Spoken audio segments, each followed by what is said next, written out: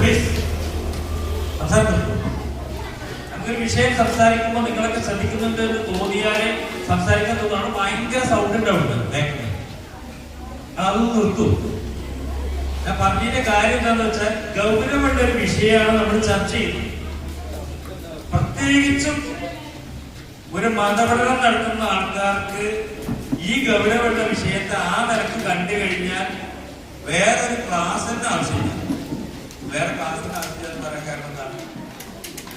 മതം ശരിയാവണ്ണം ഉൾക്കൊണ്ട് നടക്കുന്ന ആളുകൾക്ക്, ആ മത വിദ്യാഭ്യാസം നേടിയ ആളുകൾക്ക് അത് അതേപടി പാലിച്ചു പോകുന്ന ഒരാളോട് അച്ചടക്കം പഠിപ്പിക്കേണ്ട ആവശ്യമില്ല.